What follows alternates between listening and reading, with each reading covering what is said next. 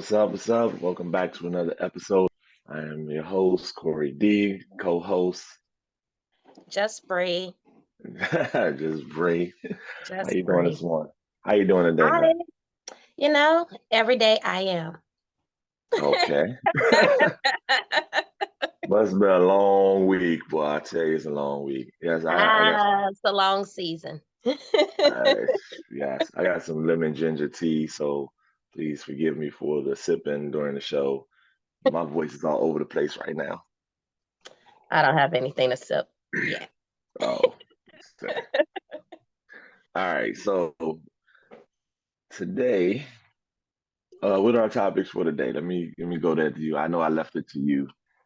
Um, Well, I want to start off. We in the first week of the new year. Let's talk about accountability. all Okay. right.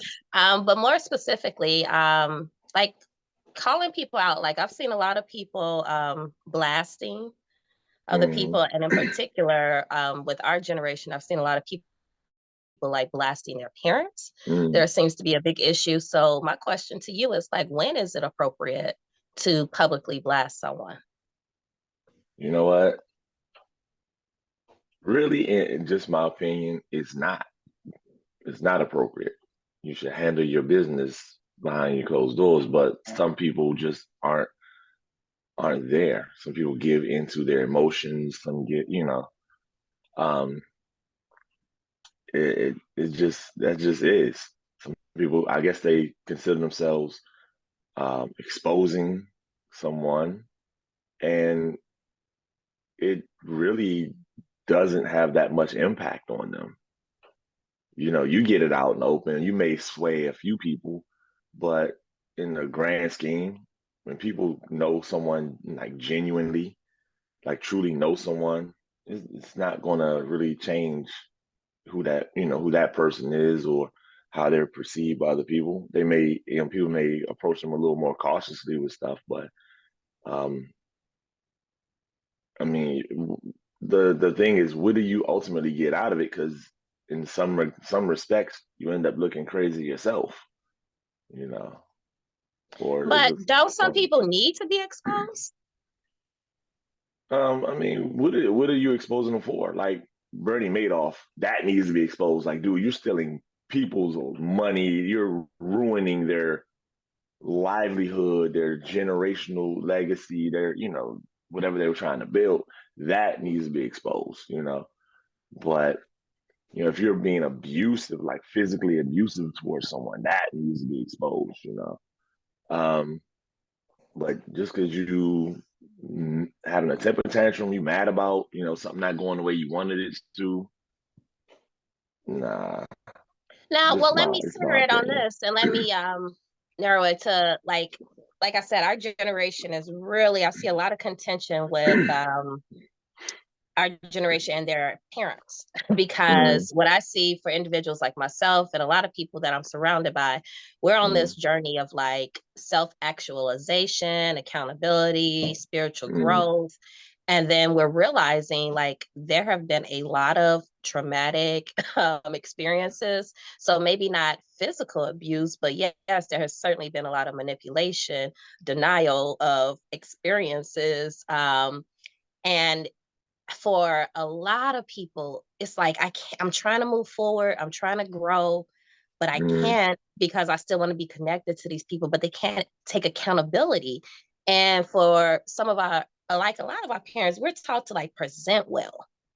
mm, And so like there are several people like, oh, I wish that was my mom, or your mom is so awesome, or your dad is the coolest person. And it's like, y'all don't know. Now I'm realizing I didn't know mm, the levels of dysfunction that I function in because of like some of the things that they've done. And like they just, you could try to have, okay, so say you've mm, tried, like we had the example with Master P and Little Romeo, mm, and everyone's like, this is not for the internet. But then he was saying, I went to my dad. I tried to have a conversation multiple times. I've called, I've showed up at his house. I've been sincere. Before things got bad, I'm like, look, these are some signs, but you're so concerned with presenting a certain way that even in private, you can't acknowledge what I mm, feel, my truth, or at least, you know, sometimes you don't have to agree with me, you don't have to believe what I believe, but my Mm-hmm. acknowledgement of my truth or your acknowledgement of my truth might mean a lot. That Mm-hmm. enough is sometimes, or that alone is sometimes enough to move us forward. But what You're muted. I got into taking ownership and they want to hold this in who they are. So how do you get someone to realize like where I'm coming from, my level of hurt, and how I need you to be accountable? Um, Especially if we're going to remain in relation with each other. It's easy, like someone you're dating, someone you're in a relationship with, but what about like your family, like people who you do want to remain in relationship with? How else do you get their attention? How else do you get them to realize um, some truth in some of the things that you're saying? You were talking to the king of burning bridges. All right. So I don't just burn them. I napalm them suckers. Yeah. Um, if I feel as though, all right, let me address Little Romeo and Master Pietro. I'm not truly familiar with, you know, all the ins and outs of what was going on with them. I know there was a little rift. Um, like I said, I don't know the full thing in that, but at what point you feel like you need validation from the public now? You need the public's, you know, to get involved in it. Like you need outsiders that don't know you to get involved in your personal stuff. That look, you look as if you're not capable of handling your business. You know, you can sit back and say and try to put blame and onus on the other party, but because they're not responding the way you want them to. But how selfish is it of you, you know, in yourself to put your little, you're going to do it my way and you're not doing it my way. It's kind of, it's stuff that's kind of spoiled. People aren't going to respond the way we want them to all the time, no matter how many times we go and we address the specific issue. So sometimes you just got to cut your losses.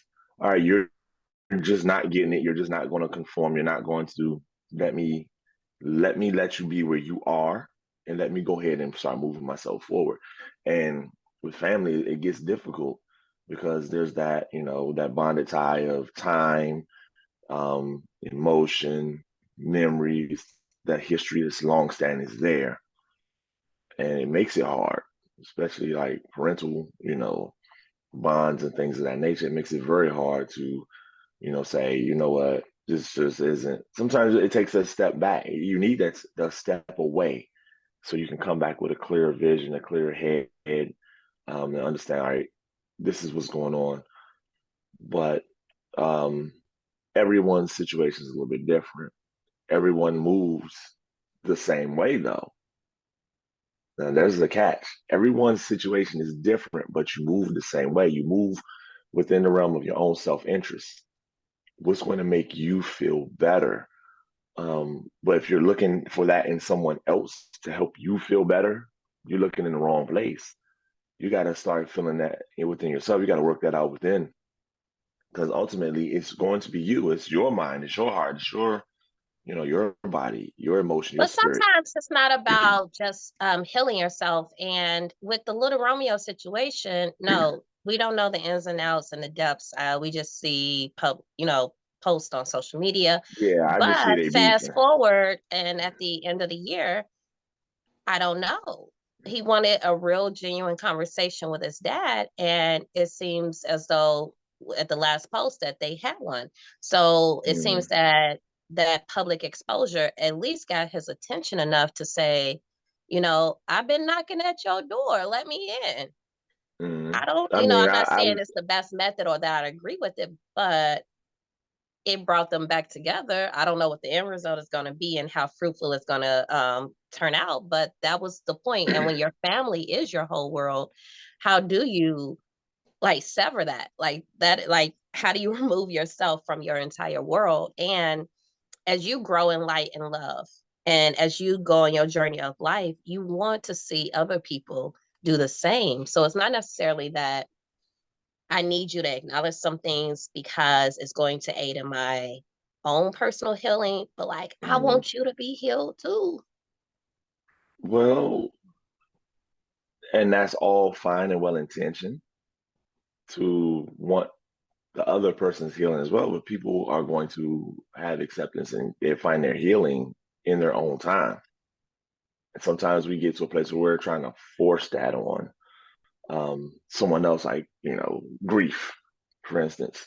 You can't tell someone when, oh, you've grieved enough, you've cried over. No, you can't do that. You don't know how strong that connection is. And for even someone to say you need to get over it at this point, it's been X amount of time, X amount of years or what have you. That is absolutely the most in inexcusable in my own words. It's inexcusable to say that to someone. That's egregious. Like, how are you going to sit there and tell them, you shouldn't be grieving over, a loss? But for because we don't really understand how that connection affected them. And if we're not talking about it, then we're definitely not helping one another to the healing. But a big part of communication is don't keep talking, be able to listen and be able to open up to see where they're coming from, be able to see, not from your lens on your side of things, but be able to see what's happening on their side. It's called empathy.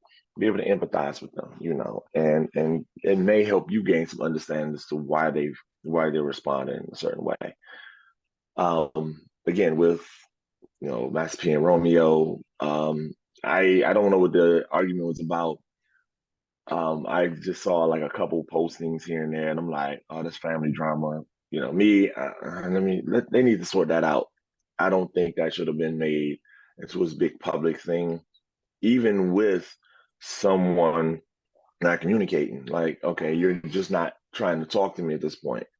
All right, so there are other avenues. You can go through family members. You can go through, you know, you can literally just go and get in somebody's face.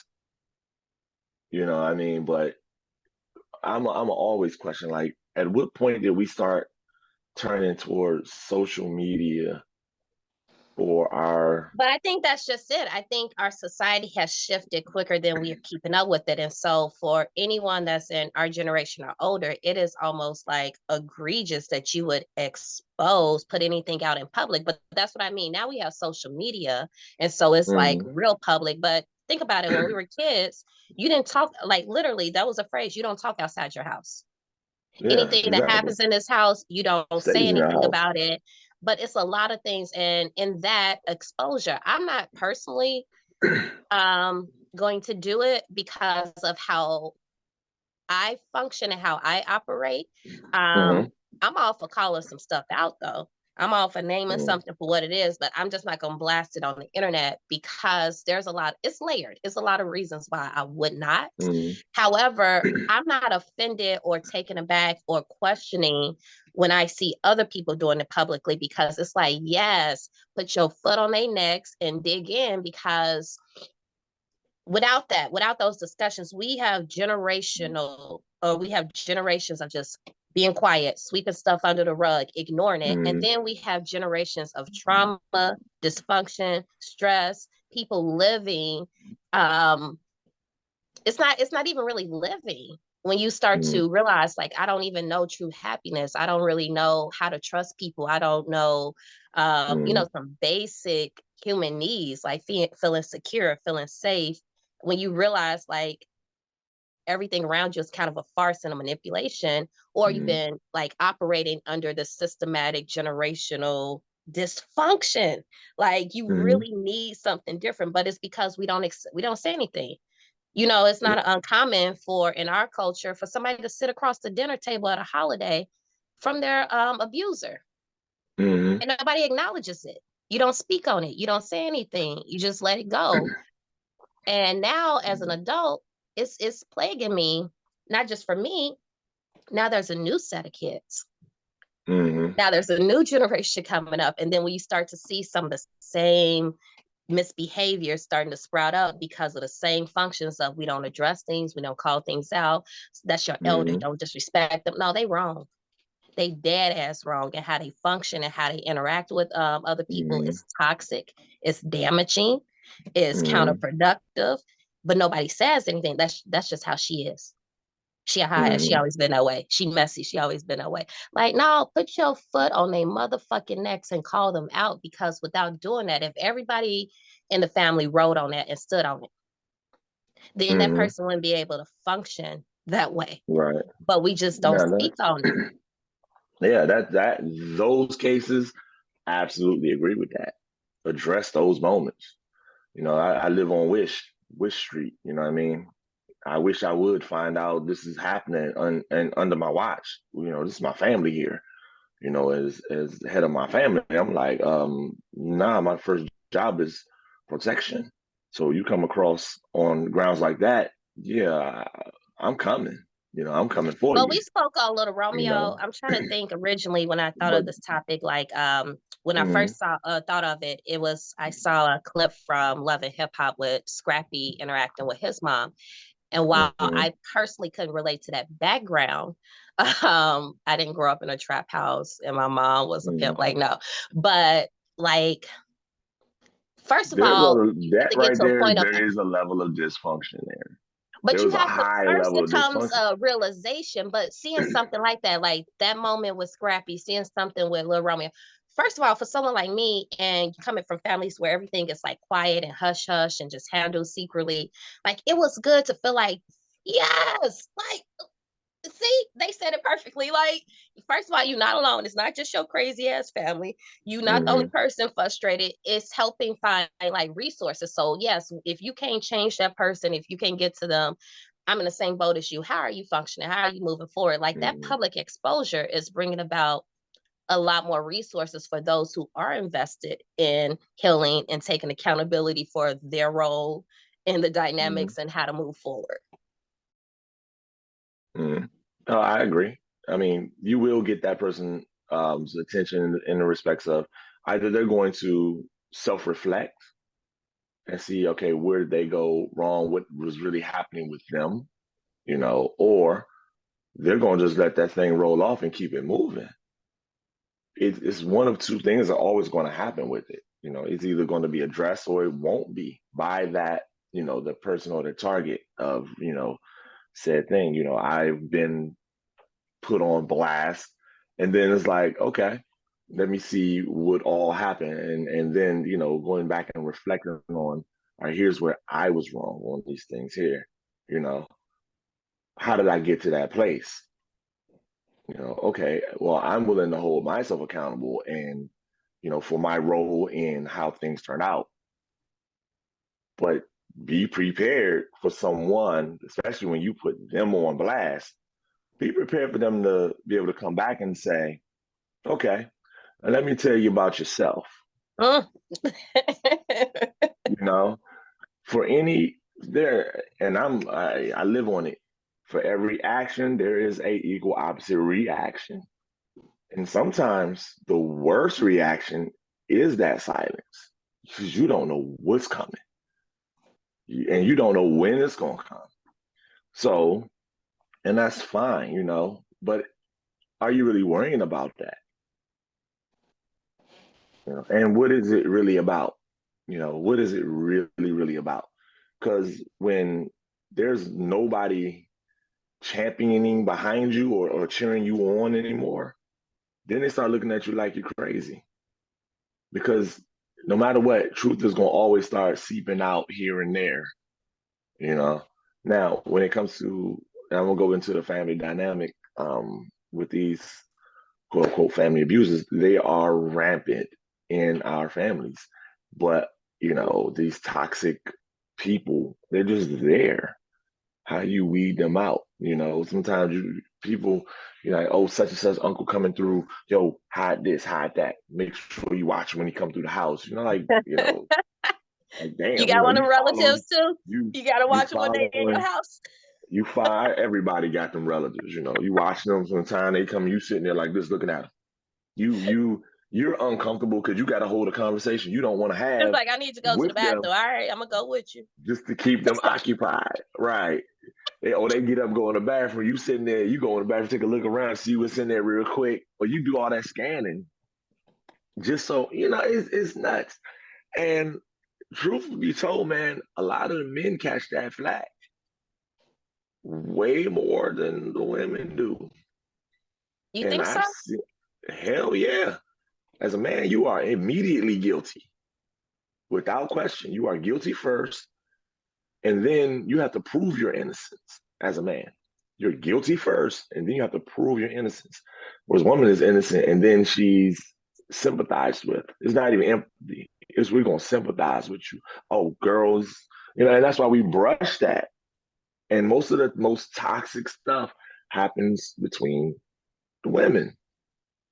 It does. Now that's not saying that it ain't, these touchy feely cats out here that's just wrong. You know, it ain't nobody holding that accountable. Ain't nobody checking that nonsense. So if you're a man in your household, or you're a man and find out someone in your child's household because you're not in that household, you find out that something's happening to that child and you're not stepping over that line to knock heads off and set things straight in the protection of your child, then you're wrong as that man. You're wrong, you know. And yes, kids do lie. So get to the bottom of it, though. Get to the bottom of it immediately. Find out. A lot of times, stories come out years later, like you know, um, like you said, you sitting at the dinner table, and across for Thanksgiving, everybody's sitting there, and there is that one wrong soul sitting across who's done all the wrong stuff, done molested, um, and then some. Some of the most But egregious see, acts my of what point is have been that's not the there. wrong soul. That's the soul that's he got some issues, but to Oh, me, yes. I But think everybody in else sweeping that under the hindsight, rug, you're an accomplice to that. not an accomplice, you're the You're problem. an accomplice. You're the The minute problem. you the minute you find out and you do not address it, you're complicit.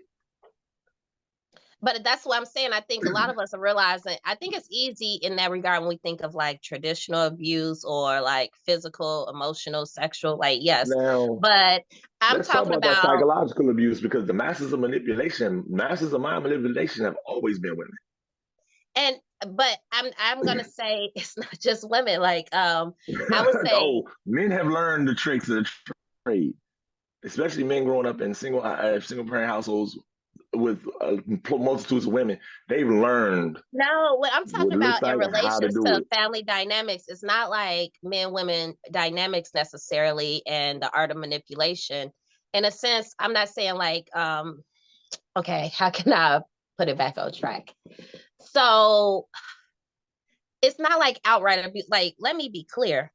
I am not complaining. I feel like I had a pretty decent childhood. I feel like if I I was had to denied everything. I'm not gonna say I was denied everything I wanted. I'm just playing. Go and so ahead. I was, I don't feel like I was mistreated as a Hmm. child. So be clear, I don't Okay. feel like I was treated poorly or that I was abused or Hmm. anything. Like, no, when I reflect on my childhood, the feelings that come along with that are those of feeling secure and loved Hmm. and validated as an individual and encouraged and protected. Like, those are the feelings that are associated with my childhood.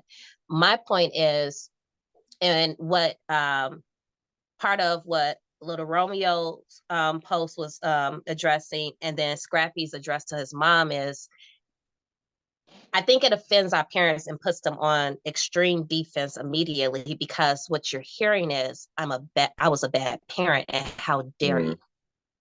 How Yeah. dare you? And no, what we're saying is, no, no, no. Two things can be true at once. I understand you were the best parent that you knew how to be. Hmm. And and I'm not saying you were a bad parent. Hmm. Be clear.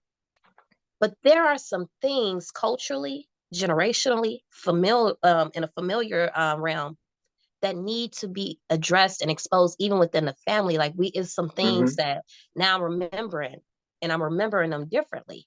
And now that I'm Hmm. remembering some other elements that went along with it, like now I'm looking at you, you were my protector and you didn't protect me. Mm-hmm.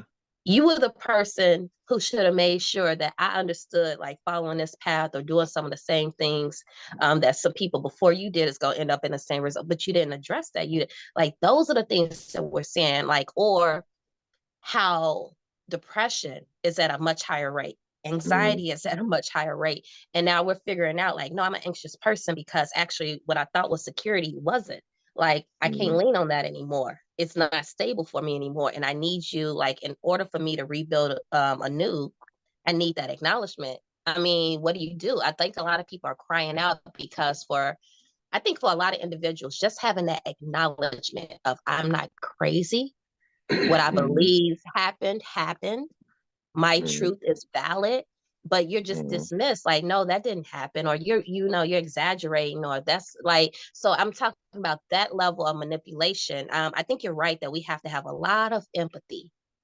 And as Mm-hmm. adults, the older I get, the easier it is for me to have empathy and sympathy for my parents and think about like, okay, if I have all these issues and traumas that I'm trying to address, it makes Mm-hmm. me reflect and think, what all are they carrying with them that they've never addressed? They don't know how to Mm-hmm. address and they don't feel secure in addressing it. So it does garner that, but at the same time, I can have empathy for whatever you carry, Right. but I'm asking you to have some empathy for the things that you placed on me. Mm-hmm.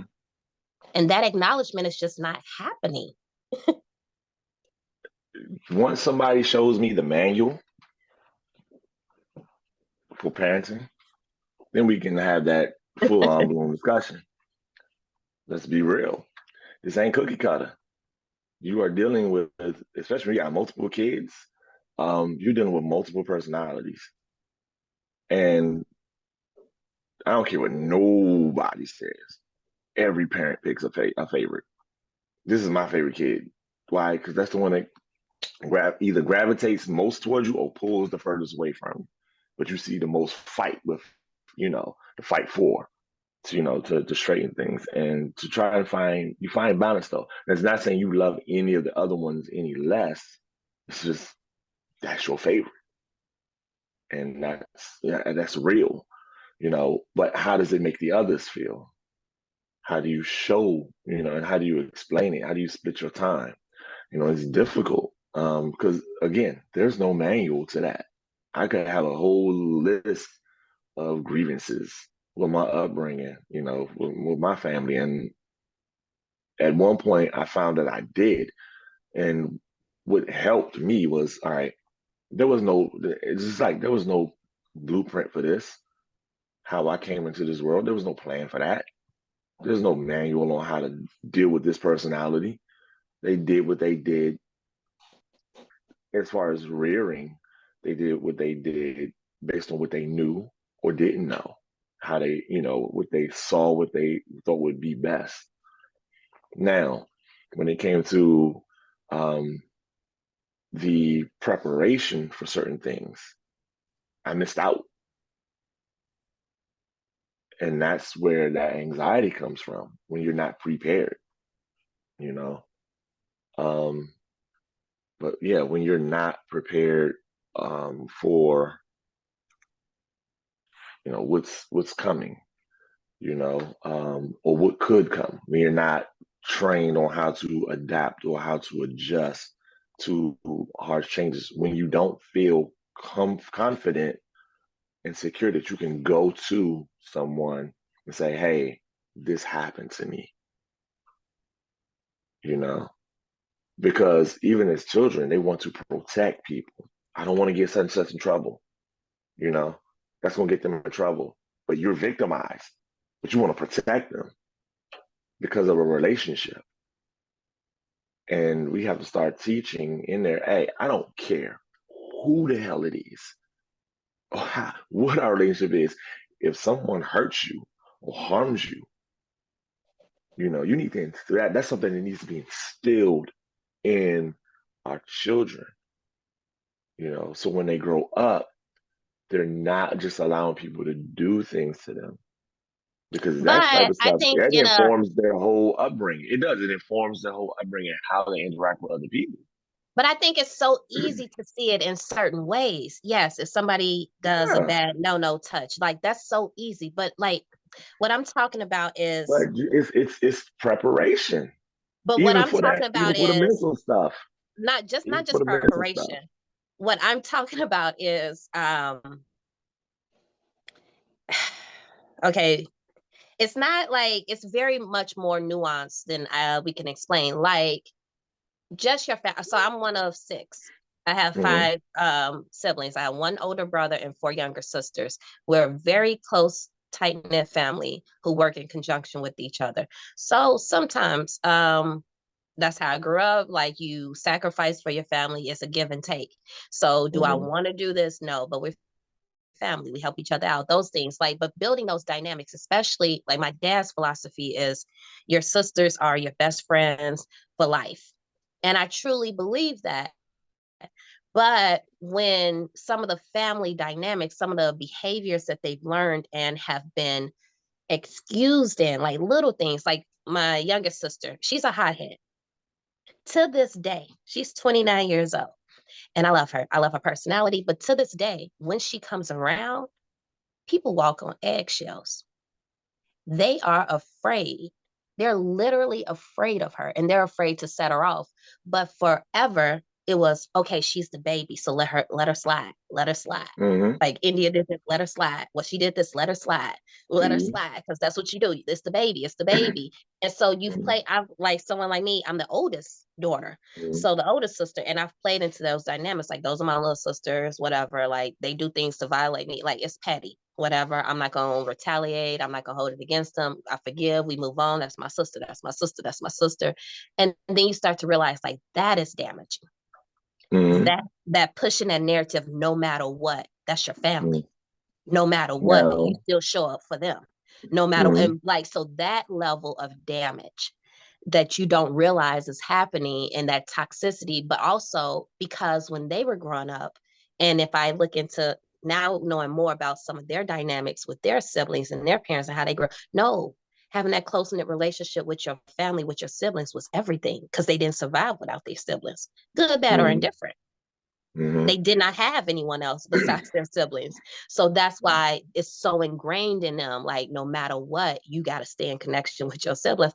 And now I'm in a different place, and I'm like, no, I'm not bending over, taking a kick in the ass, and then saying, "Give me more, please." Like, but my position in the family, my mom was the oldest sibling, my dad was Hmm. the oldest sibling. Hmm. I do have an older brother, but the dynamics between the girls and the boys is different. So me being in that position, they both did train and groom me to take that position as the oldest sibling, as they Hmm. understood it. Hmm. They didn't do something wrong. They did how They they knew. function. And now Right. I'm just saying, like, I'm not going to function in the same way that you did, but can you acknowledge that that thinking is flawed, that there's Well, something wrong with but that? that's the thing. That's that part I'm trying to get you to understand and see. There was no manual. They did what they Yes, felt absolutely. thought was the right thing to do. They may look But me back and asking reflect, for that acknowledgement is not but saying you were wrong, you were bad. right. But you got to also understand. Look at that generational divide. We are quote unquote a lot more enlightened in modern times because our world has gotten so much smaller as far as our levels of communication and the dynamics and understanding and the education level and the communicate. Remember, their community was their neighborhood growing up, and depending on where they grew up, it wasn't a big neighborhood. Our community was a lot bigger than theirs, and the generation behind that community is global. Like these kids got friends in other countries, living whole different experiences. Day to day, they're having those discussions online, you Hmm. know. Not all of them, but a nice number of them are doing this. And but regardless, all of them have that kind of reach. So you look at that community dynamic, it started with a small community, and then as those generations went on and on and on, the community dynamic began to change. Norms, there were no norms. We had things that traditionally we did, and we followed a lot of traditional stuff. So it's, it's harder for them to say, or the question is going to come out, where did I go wrong? And then they start fishing and they start looking at thinking back like, wow, I went wrong here, I went wrong there. It's easier to see in present time, but for them to go all the way back, our parents are older now. So there's not we're looking at a whole bunch of mistakes over their life. They're just trying to make it to the end, because the finish line is coming up. They're just trying to make it to the finish line and make sure that there's, a good level of communication. There's no discord, there's no dysfunction, but there is. And because we grow into our personality, you become more of who you are, you know, and then you have to go on that journey of self-discovery. Who really are you? But let me give you a flip side on that, because you say you grew up in a household where everyone let that pass. Here's this little bad behavior, they let it pass. I came up with one that was like, nah, we checking that right now. if we need to lock horns, we gonna do it, because we're not letting it go. It's it's completely different, and both of them can be seen as dysfunction. But when you become that adult and in our adult lives, that's when we start saying, okay, here's my boundaries. Here's where I'm not letting it go. Here's where now I'm gonna start putting yourself in check, and we're not allowing certain things to continue to happen. Now we can start holding, stepping on and holding accountability. Because when we're kids, we don't know anything about it because nobody's teaching us that. That is the onus on the structure and the dynamics among siblings once they get older falls back solely on the parents and how they bring them up. And no matter what there is going on, you're always going to have a favorite, someone that you trust, You know what, Corey? someone that you trust that can lead, and you groom them to lead and run the family. I would have agreed with you a year ago. But I think I was groomed for that position, but I rejected it.